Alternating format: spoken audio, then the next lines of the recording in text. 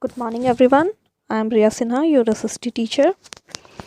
Today, we are going to start chapter number 10 of civics, that is law and social justice. In this chapter, we will study about different types of laws which can provide us social justice. In class 7, you all have learned about a chapter story of a shirt.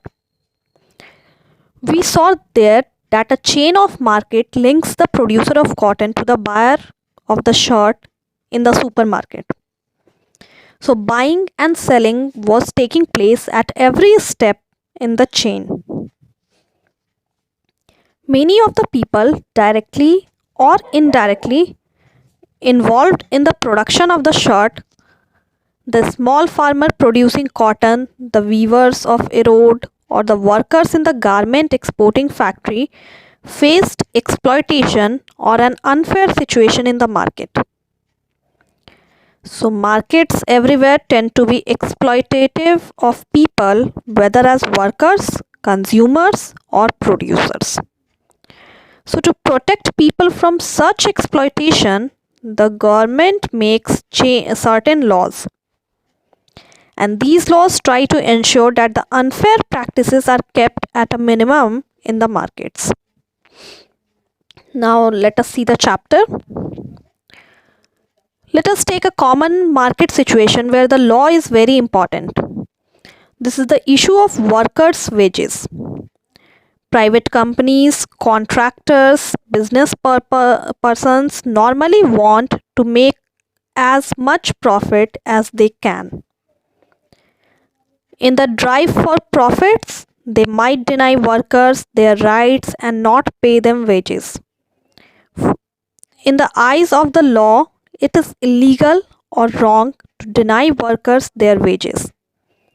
Similarly, to ensure that workers are not underpaid or are paid fairly, there is a law on minimum wages. A worker has to be paid not less than the minimum wage by the employer.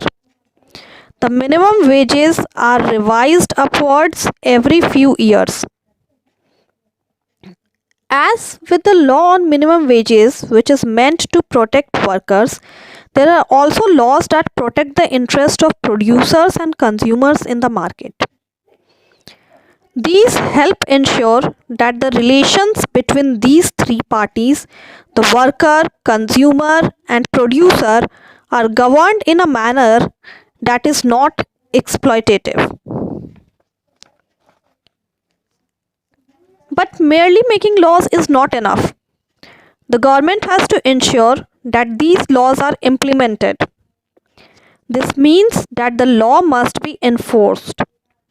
Enforcement becomes even more important when the law seeks to protect the weak from the strong. For instance, to ensure that every worker gets fair wages, the government has to regularly inspect work sites and punish those who violate the law. When workers are poor or powerless, the fear of losing future earnings or facing reprisals often forces them to accept low wages. Employers know this well and use their power to pay workers less than the fair wage. In such cases, it is crucial that laws are enforced. Through making, enforcing, and upholding these laws, the government can control the activities of individuals or private companies so as to ensure social justice. Many of these laws have their basis in the fundamental rights guaranteed by the Indian Constitution. For instance, the right against exploitation says that no one can be forced to work for low wages or under bondage.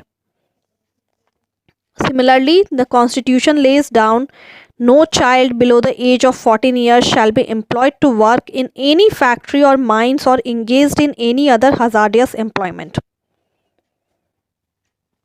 So, how are these laws played out in practice? To what extent do they address the concern of social justice? And these are some of the questions that in this chapter we will now go on to explore.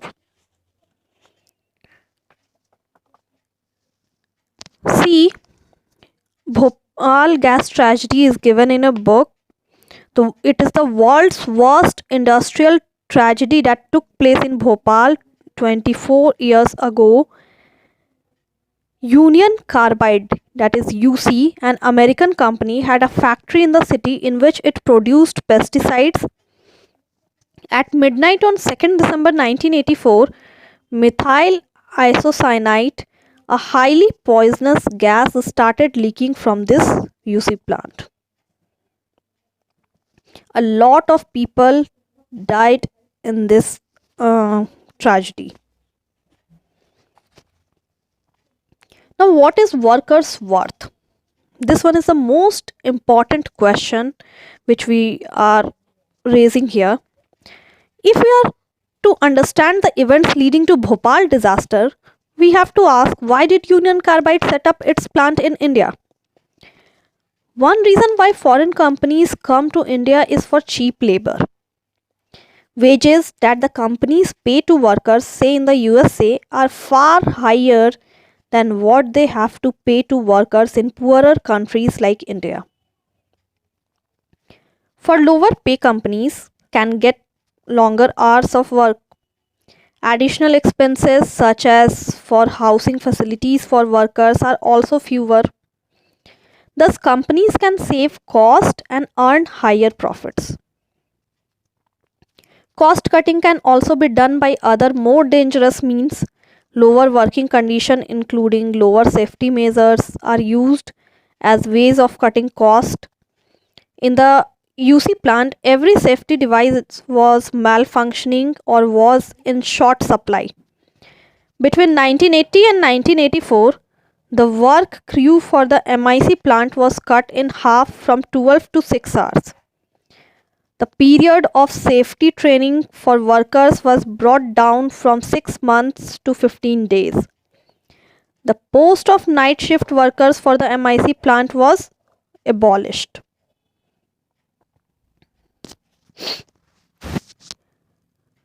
So basically, these are the working conditions which are given by the employer to our workers. Now read the following comparison between UC's safety system in Bhopal and its other plant in the US.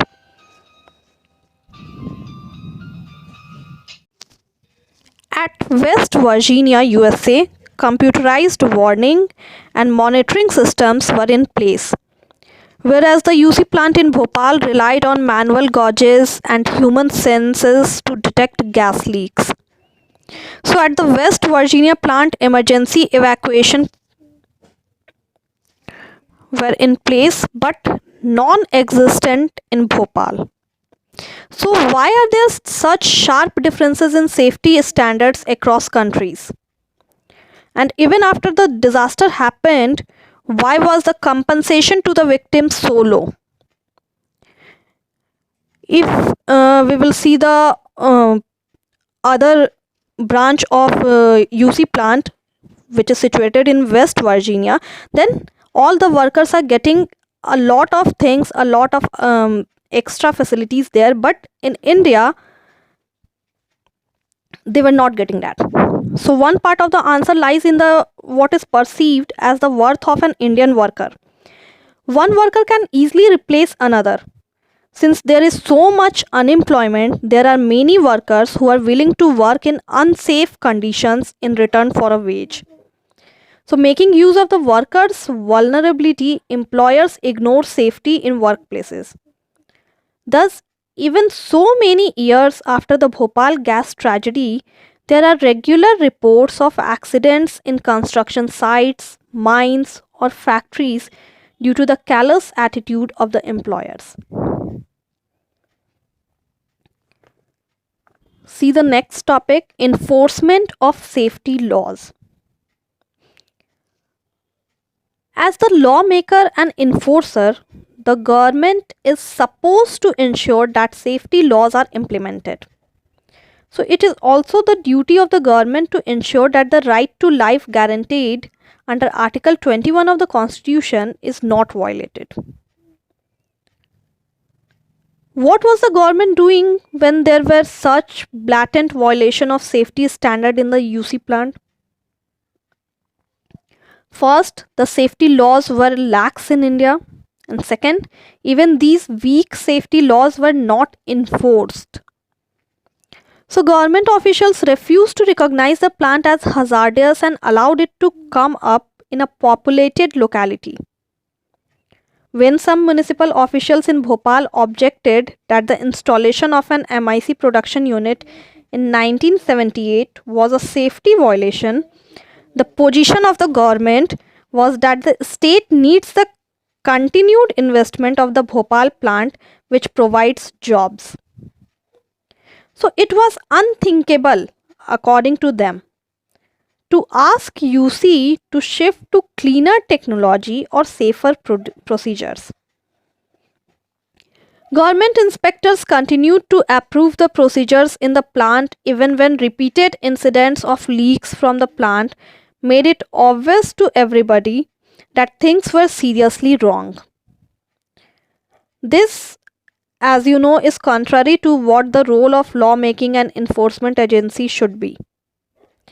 Instead of protecting the interest of the people, their safety was being disregarded both by the government and by private companies. This is obviously not at all desirable. With more industries being set up both by local and foreign business in India, there is a great need for stronger laws protecting workers' rights and better enforcement of these laws. Now see the new laws to protect the environment. In 1984, there were very few laws protecting the environment in India, and there was hardly any enforcement of these laws. The environment was treated as a free entity, and any industry could pollute the air and water without any restrictions. Whether it was our rivers, air, groundwater, the environment was being polluted and the health of people disregarded. Thus, not only was UC a beneficiary of lower safety standards, it didn't have to spend any money to clean up the pollution. In the USA, this is a necessary part of the production process. The Bhopal disaster brought the issue of environment to the forefront. Several thousands of persons who were not associated with the factory in any way were greatly affected because of the poisonous gases leaked from the plant. And this made people realize that the existing laws, though weak, only covered the individual worker and not person who might be injured due to industrial accidents. In response to this pressure from environmental activists and others, in the years following the Bhopal gas tragedy, the Indian government introduced new laws on the environment. Henceforth, the polluter was to be held accountable for the damage done to environment. The environment is something that people over generations will share, and it could not be destroyed merely for industrial development. The courts also gave a number of judgments upholding the right to a healthy environment as intrinsic to the fundamental right to life. In Subhash Kumar versus State of Bihar, the Supreme Court held that the right to life is a fundamental right under Article 21 of the Constitution, and it includes the right to the enjoyment of pollution-free water and air and for full enjoyment of life. The government is responsible for setting up laws and procedures that can check pollution, clean rivers, and introduce heavy fines for those who pollute. Okay, now see the conclusion part of this chapter. Laws are necessary in many situations, as you all know, whether this be the market, office, or factory, so as to protect people from unfair practices. Private companies, contractors, persons, in order to make higher profits, resort to unfair practices such as paying workers low wages, employing children for work, ignoring the conditions of work, ignoring the damage to the environment, etc. So, a major role of the government, therefore, is to control the activities of private companies by making, enforcing, and upholding laws so as to prevent unfair practices and ensure social justice. This means that the government has to make appropriate laws and also has to enforce the laws. Laws that are weak and poorly enforced can cause serious harm, as the Bhopal gas tragedy showed. While the government has a leading role in this respect, people can exert pressure so that both private companies and the government act in the interest of society. Environment, as we saw, is one example where people have pushed a public cause and the courts have upheld the right to healthy environment as intrinsic to the right to life. In this chapter, we have argued that people now must demand that this facility of healthy environment be extended to all. Likewise, workers' rights is an area where the situation is still very unfair. People must demand stronger laws protecting workers' interest so that the right to life is achieved for all. Hope you all understood all the things which we have covered in this chapter well. Thank you and have a nice day.